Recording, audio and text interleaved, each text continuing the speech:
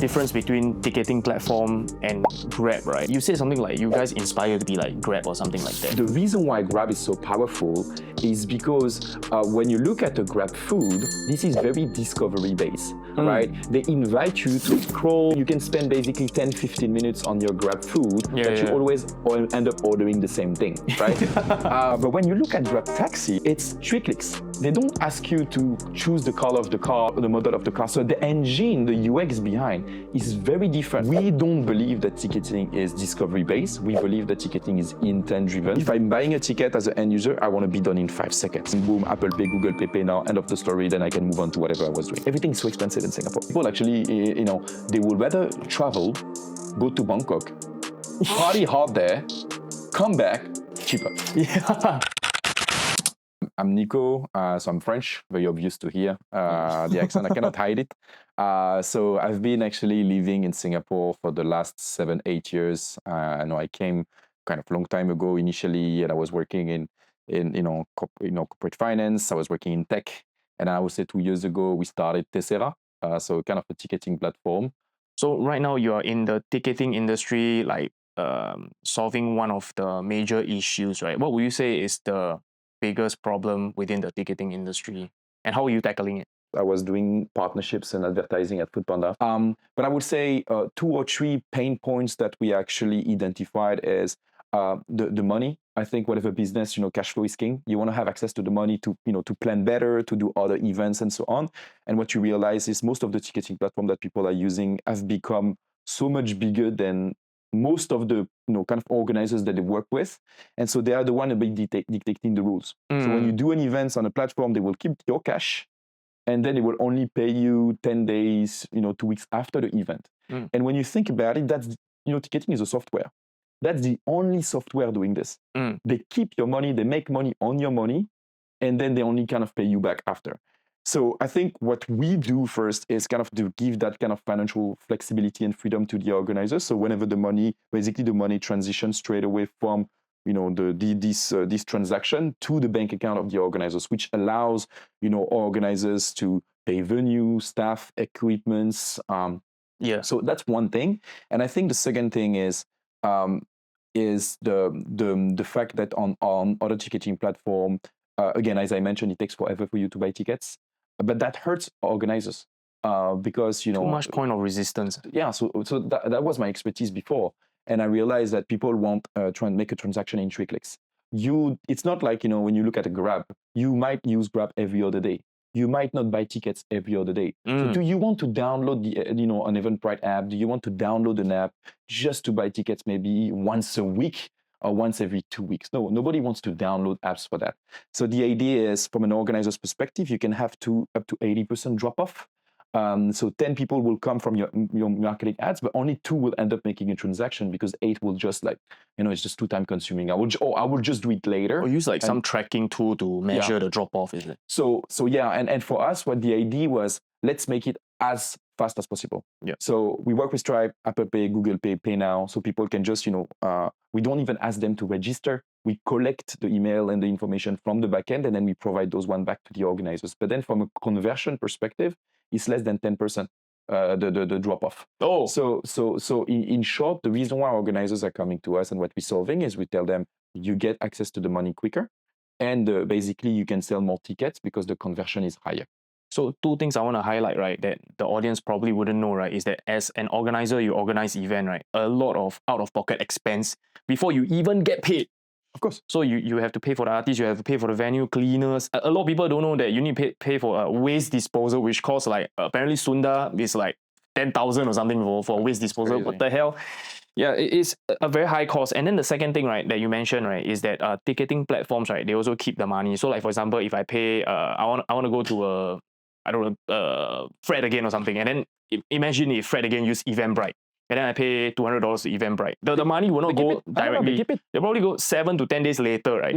So, but the worst, if you look at the P&L of those companies, they invest money. So those money that they hold, they make money on organizers' money, and then after basically send back the money after the event. But as you said, you have so much costs. And the way you do, Nightlife, the way you do money is ticket sales, right? But it's also especially the bars and everything, right? But those ones come after the event. So how do you pay upfront every single kind of thing? That's usually why you have to close that event off before you can kind of start listing another one, because I have to kind of do my finances and understand, okay, what's the margin about this event? So that's why also small stays small. Yeah. It's very hard for you to if you don't have the financial flexibility, how do you become bigger? Yeah. Right? You're kind of always stuck in the moment, close that one off so I can think, or I can basically, kind of build the next one up. We don't want that. We want basically, money comes, just think about ahead, kind of building the business. And so we're trying to work hand in hand with organizers this way. In the point of view of a ticketing agent, right, or ticketing company, they keep the money to invest to kind of grow their P&L or grow, right? Is that necessarily a bad thing? Or is there a better way to go about it? So that's why I think we are trying to, what we call, obviously disrupt the industry. Yes. So a lot of people will tell us, well, if you were to do the same, you could make more money. Because, Yeah. Yes, but our approach is different. Our approach is like, if I give you the money quicker, then you might do more events. Return customers, stickiness. You will like the platform better because it gives you access to the money whenever you need it. And I think you will end up planning more events. So what we have seen is some of the organizers that used to do, let's say, an event every 2 months, now because they have the money before ends, they can actually organize and do, they can already list an event. So they end up doing events every month now because they don't have to worry about, cash flow and everything. Yeah. Which over time, we make more money because they make more events. Yeah. So we kind of want to change the way kind of the our ticketing platform have been doing things, all of them. This is true across the board. This is true for Assistic. This is true for Ticketmaster. So yeah, I think that's one of the biggest thing we're solving. But do you still believe in that investment thing, like whatever money that there is like flowing through the system? Is it because you can earn more money, right? Will you provide an option to the customer, like, okay, do you want your money back, or do you want, like, I don't know, money back 10 days later, then you get 5% more or something like that? You give them the option. So we don't have it now, but actually it's interesting. Yeah. So far, what we allow them is like you can choose your own schedule. So sometimes our organizers, they say, you guys pay us too fast because you can pay daily. Oh, as since when you get paid too fast? Why too fast is not good? Because it's more from a reconciliation finance perspective. If I receive the money every day, then it's a bit hard for me. I want it to be weekly. So they can kind of choose. Right. But interesting. I think I'll take note. I'll discuss with. Oh shit, that's a new idea. No. It's interesting. But the thing is, it's a very different space. Yeah. Because then you need to get approval to invest the money and everything. Then you go MAS and everything. Yeah, you go to MAS and everything. We don't want to go that. It's like for now. For now. I mean, maybe you reach a certain scale, you might think about it. But again, you want basically to help organizers. The idea is like we don't want to make the money on organizers' back. If you say, hey, we help you to make 5% on interest in whatever you make, and we take 2% of that 5%, they would understand, right? It's like kind of win-win. Yeah. Interesting. We'll discuss internally. Damn, I'm giving too many free ideas in this podcast, man. Everybody give me 10% commission. But okay, so you mentioned about stickiness, right? But here's a problem that I see, right? Is that because essentially people click a link and then they will kind of like be directed straight away to pay already, essentially via Tessera. You probably don't even need to download the app or anything, right? So most people wouldn't even, like the end users probably wouldn't even know what Tessera is. And then how do you like ensure loyalty? Because your loyalty is really based mainly on functionality. Yes. What if another company has the same function? So for us, what I mean by loyalty and stickiness, this is with organizers. B2B. We want to do B2B. Because the reason why is because if Taylor Swift is coming to Singapore, right?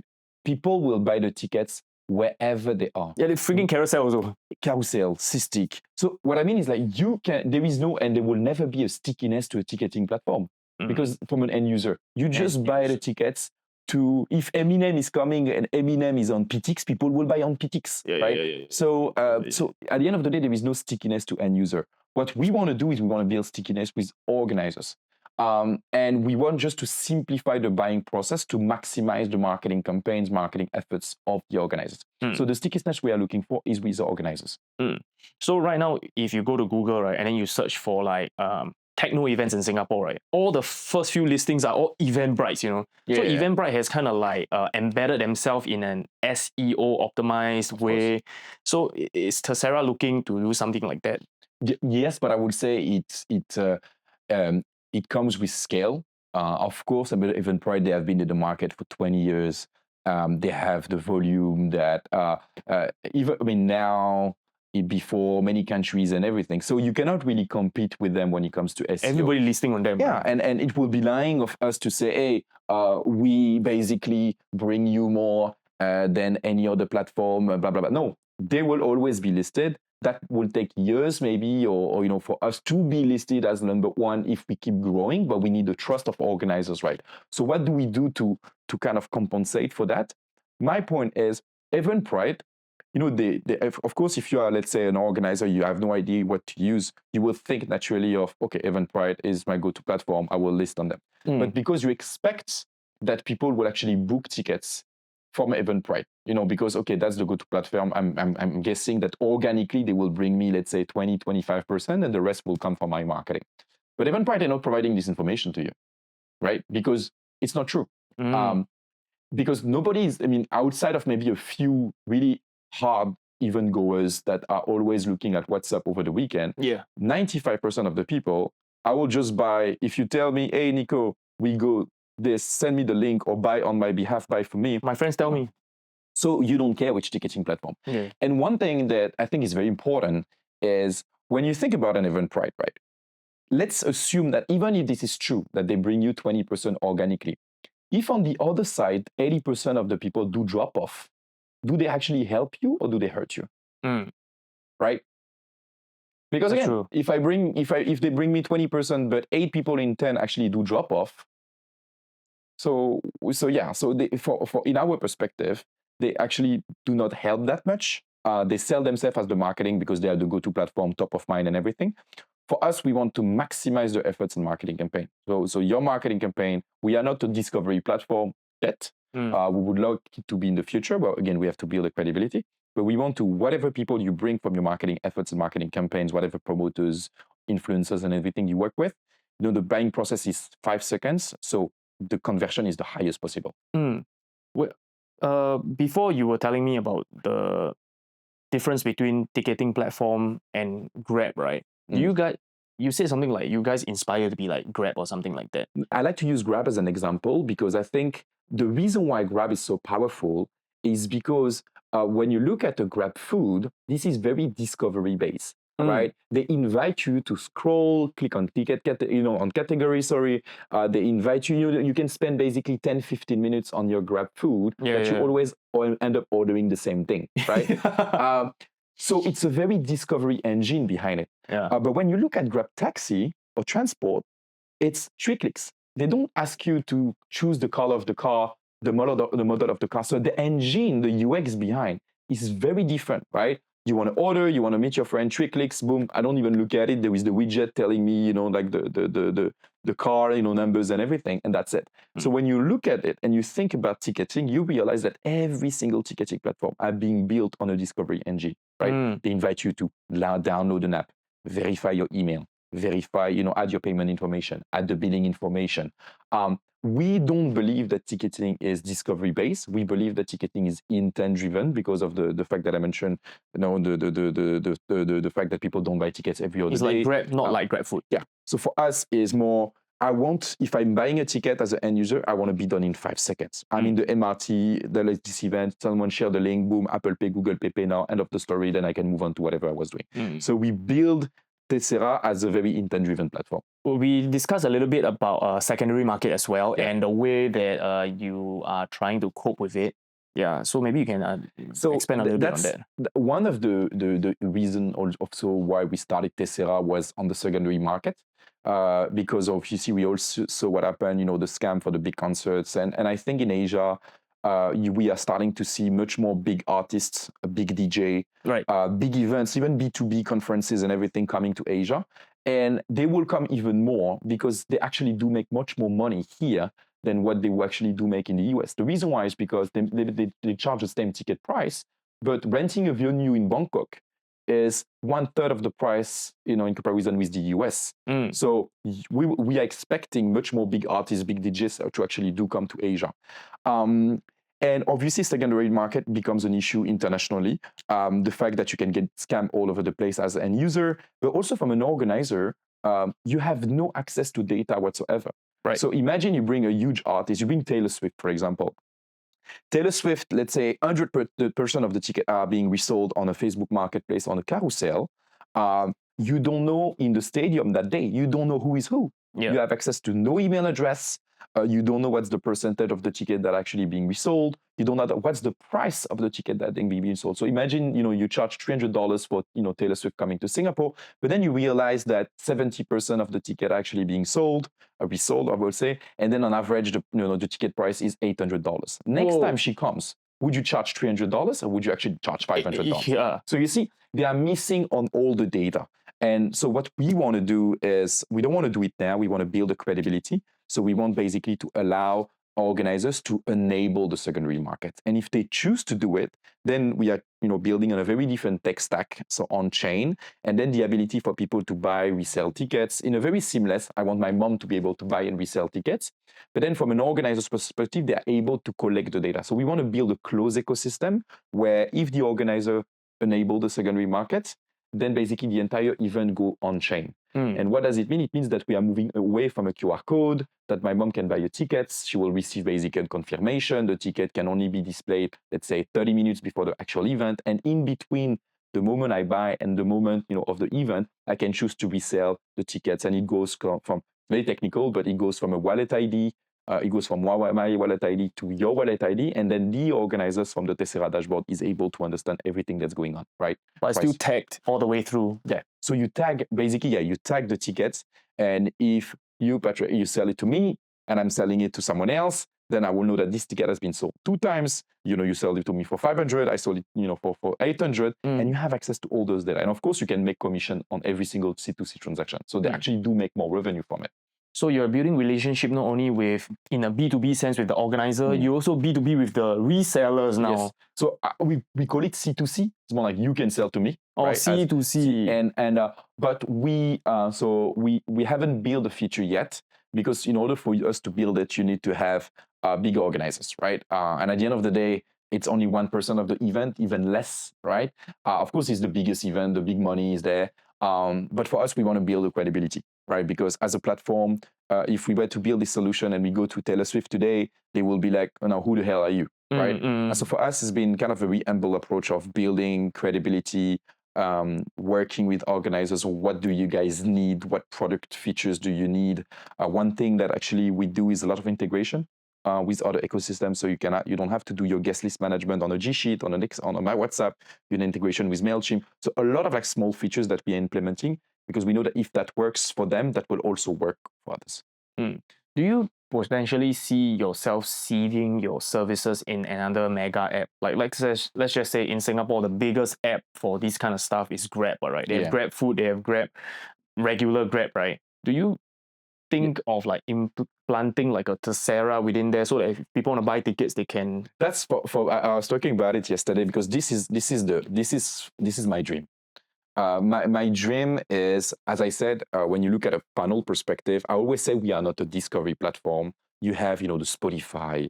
You have, I was in the Philippines, so I took to the Gcash, Globe team. We have those, the big consumer tech platform that everyone is using. My goal, WeChat. My goal is to plug my ecosystem into it. So imagine tomorrow you do an event in the Philippines. Then today you are kind of responsible for marketing on Meta ads, whatever social media, but nobody knows you in the Philippines. Yeah. But imagine if from the Tessera event creation, the event is automatically being listed in the Gcash app that 90 million people, in the Philippines are using. It appears there. Then, or in a Spotify, when people are actually listening to you, they can actually buy tickets and vice versa.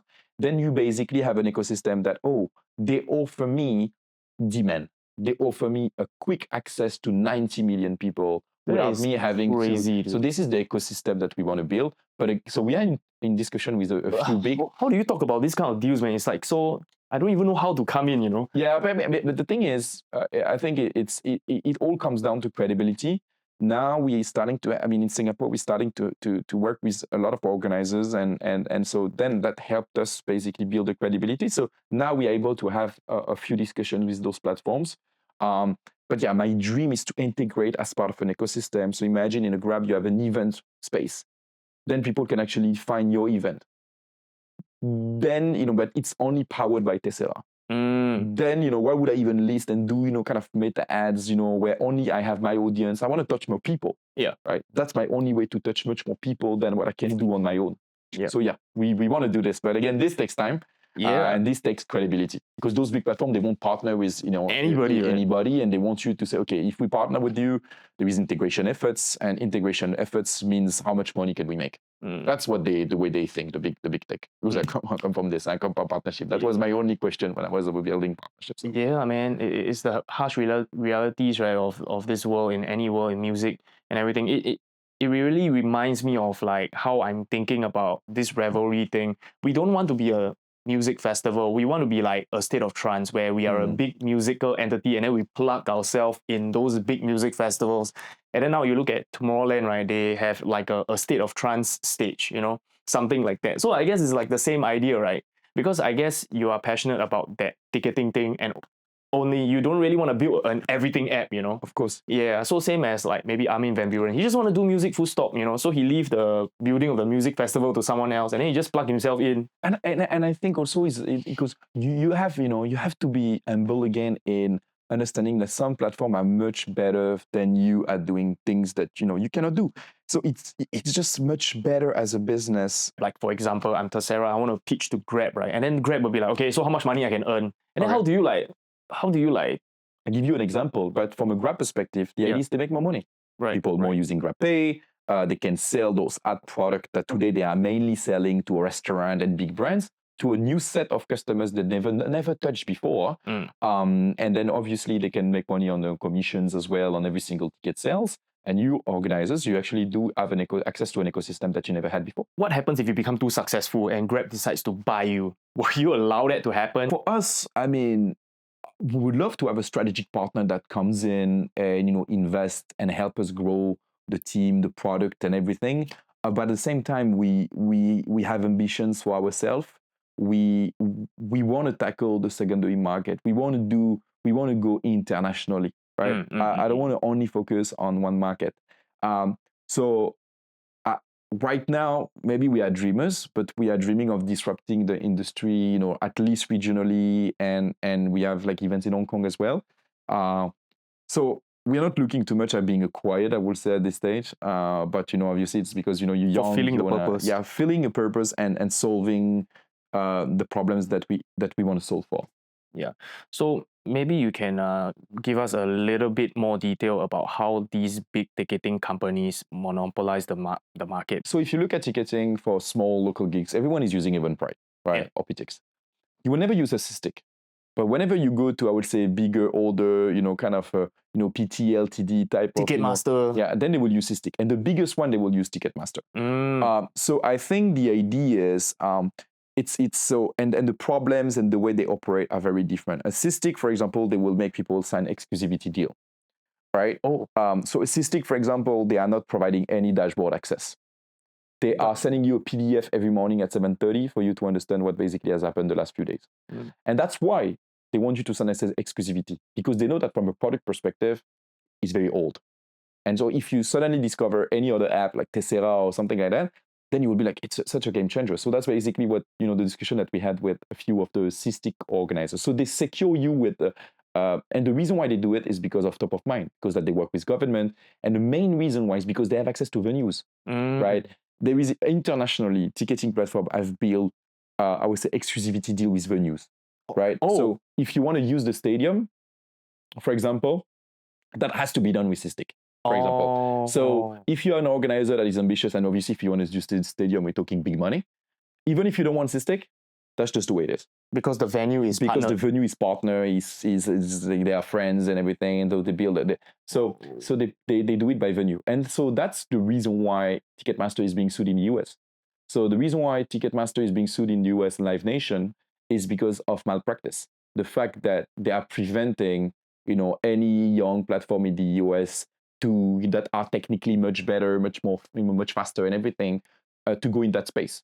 Because so that's why they buy you out of business, right? They buy you out, and you are not able to work with, even if you have an organizer, they will reach out the venue that they need, because finding the good venue is always an issue for all type of organizers, right? Yeah, man. But they will say, hey, we have a partnership with Cystic, so I don't care about what ticketing platform you have been using for the last 2 years. This event will actually go on Cystic. So, and then, then they make you sign a contract, exclusivity and everything. But if you want to use the stadium, that's basically what. So they kind of, this is a lot of the venue stuff, yeah. But I think it's changing. I mean, they are being sued all over the place. I think, every organizers that we talk to that are on Cystic, they want something different. They feel like this cannot, they can't, Cystic, like, if you want to live a promo code, so little? Promo code, if you want to live a promo code on Cystic, they will stop the sales for 30 minutes. Huh? What? If you want to put a promo code? Because you don't have access to the dashboard. So you basically, what you have to do is you have to send an email, or you have to reach out to whoever is your account manager to live a promo code for the people. So it's not very user-friendly. It's a very 2005, type of platform. Right. But still, because of the exclusivity, the venue that they have, you have no choice but to use them for some of the organizers that, that are like kind of big ambitions to bring big artists and everything. So it's a lot of the venue stuff. But maybe if we can put ourselves in the shoes of those big companies, right? Why are they still not evolving their tech? Is it because they don't have to? I mean, I think it's also because what would you need to change if they make so much money this way, right? So they make so much money, they make organizers sign exclusivity. Why would I need to change if I make so much money this way, right? I think not industry is eternal, right? At the end of the day, at some point that will, I think, and that's the reason why you see a lot of like, not only Tessera, but you see a lot of like young ticketing platform emerging, because we all see that this cannot last for longer than that. At some point they will have like organizers will they start complaining, and so we hope to be the one that people actually go to, obviously. But yeah, they just make so much money this way. What would I need to change if my business is very successful? I think the people will always find some way to disrupt the market. Like, for example, right, clubs in the past, right, it's like, oh, you need to DJ a certain number of years, you must be this good or this connected in order to play at our venues, right?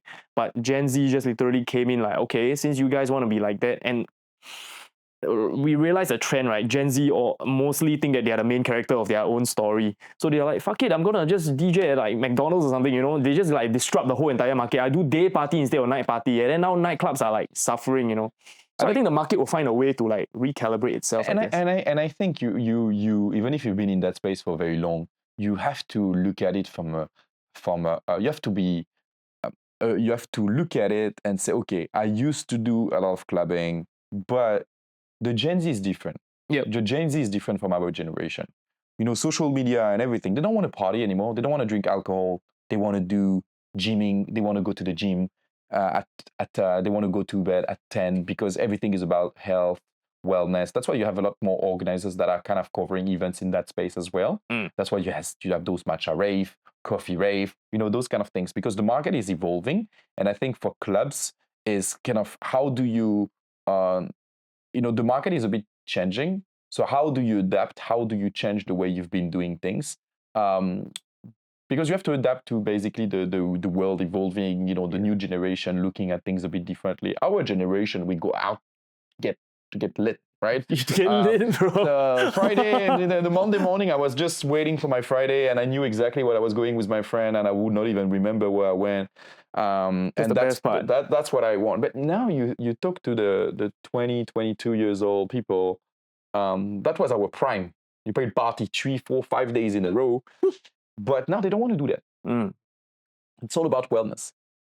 And also the fact that if you don't consume alcohol, then basically when you consume alcohol and you're in that high state, right, you can just don't do anything and just vibe to the music. But if you don't drink alcohol, you are like sober, and you have to find something to do, right? Music alone is not enough, really. You get a bit bored, lah. Yeah. That's why they need like coffee rave, they need pickleball, whatever, like extra distractions on top of the music. You know? And I think also people are looking for experience, new things. So whenever something is a bit new, then people are just kind of attracted to it. I think we all on the social media all the time, so they want to do something new. So I think those kind of things are also trend. Like a lot of people are organizing those things, and it looks quite cool, looks quite fun. In Europe, it's so popular, those coffee rave and every other weekend. But the club are and will still be there, right? So we work with a few clubs in Singapore. They are still very packed. Not, if you compare with pre-COVID, it's very different. I think they're all struggling and everything, but they are still bringing kind of decent amount of people actually to the event. Right. Like I just came back from Korea like 2 weeks ago. The coffee rave scene is just mad. I was like DJing with this person, and then the club ended at 4 a.m. and then she went back to change and do a coffee rave at 7 a.m. It was like packed. Everybody's there. It's a phenomenon everywhere, I thought it's like actually a US thing. Then eventually Singapore had it, and now Korea also. Yeah. Yeah. Europe has been there for quite some time. I think Europe has been also in the scene has been. So I think for the nightlife organizer, right, it's also quite a dilemma, right, where they are like, okay, should I like convert my operations to be a day focus, or should I like bank on people want to come back to the night eventually? I think also one of the reason why in Singapore, because to be honest, I think nightlife when I was in Europe for a bit, like over the last few months, nightlife in Europe, for me when I go to club with my friends, still very packed. But I mean, Europe is the birthplace of clubbing, right? One of the main reasons why I think Singapore is struggling, of course, we can talk about the governments and the fact that sometimes doesn't really help, the license until 3 a.m. and those things. But I think everything is so expensive in Singapore. Yeah. Post-COVID, it has become crazy expensive. The German $1 beer is a crazy thing, man. Yeah, but I mean now you go to some party, and I used to be like even before COVID, right? You'll be able to go to clubs. We go 4 of us. Okay, the first one is on me. Yeah. Now the cocktail is $36 plus. I mean, I was $36 including everything. Split. So now we split. I don't want to. So then you will drink 1, 2. So everything is so expensive, and I think when everything has become so expensive, rent and everything. So it's not only about like the nightlife. Is everything around your life is so expensive. You need to cut. And alcohol seems like something that you want to cut. Like partying is still a luxury for a lot of people, so they will kind of cut, right? They don't want to spend as much, and then you go to those places, you will just have 1 cocktail, 2 cocktail, and that's pretty much it. So you never really drink, and that's So I think Singapore is such an expensive place for that. You do day rave so that you don't need to grab home, which will cause a bomb again. Some people actually they would rather travel, go to Bangkok, party hard there, come back cheaper. Yeah. Cheaper than actually partying in Singapore. Yeah, that's so discouraging. I think government, they need to support a bit more the nightlife scene. I think we all agree on that, whatever kind of type of event you do. Because otherwise, it can die a bit slowly. It will never die overnight. But I think, But you can see signs already, you see. Well, I mean, you see the some of the business that are shutting down, that have been in the market forever. Projector, finish. Cathay, finish. And basically, those experience provider, right? So whether you are in nightlife or, anything that's entertainment. First to go. But the problem is, that's what makes a country fun. I think you want a big city like Singapore to be lively. I want to walk around and I see people in a bar laughing. There is an event happening. There is a pop-up about whatever, that an event. You want to see those things. You want to see. And so I think all the local gigs that we work with are doing a great job at this. It's like amazing, all the events that are happening. I think they're all great. But yeah, again, needs support, needs people to go there, support a bit of the, we all have a role to play, not only government, but by attending more events, coming, not necessarily to be drunk, but just like, it's good to meet people. I think people are always now in their phone, social media, just go out, meet people, discuss. I think that's the truth behind entertainment and what it should be, and why a lot of people have created those, is like to share a moment, emotions about, music, concepts and everything. Yeah, so a PSA for everybody listening to this podcast, right? If you're bored, right, don't scroll TikTok, go out and support your events. And then your life will change, because it's like you're breaking out of the norm. Yeah, you need to do this. Entertain yourself. Or let us entertain you. Yeah, exactly. Both ways. Okay, thank you so much. Thank you.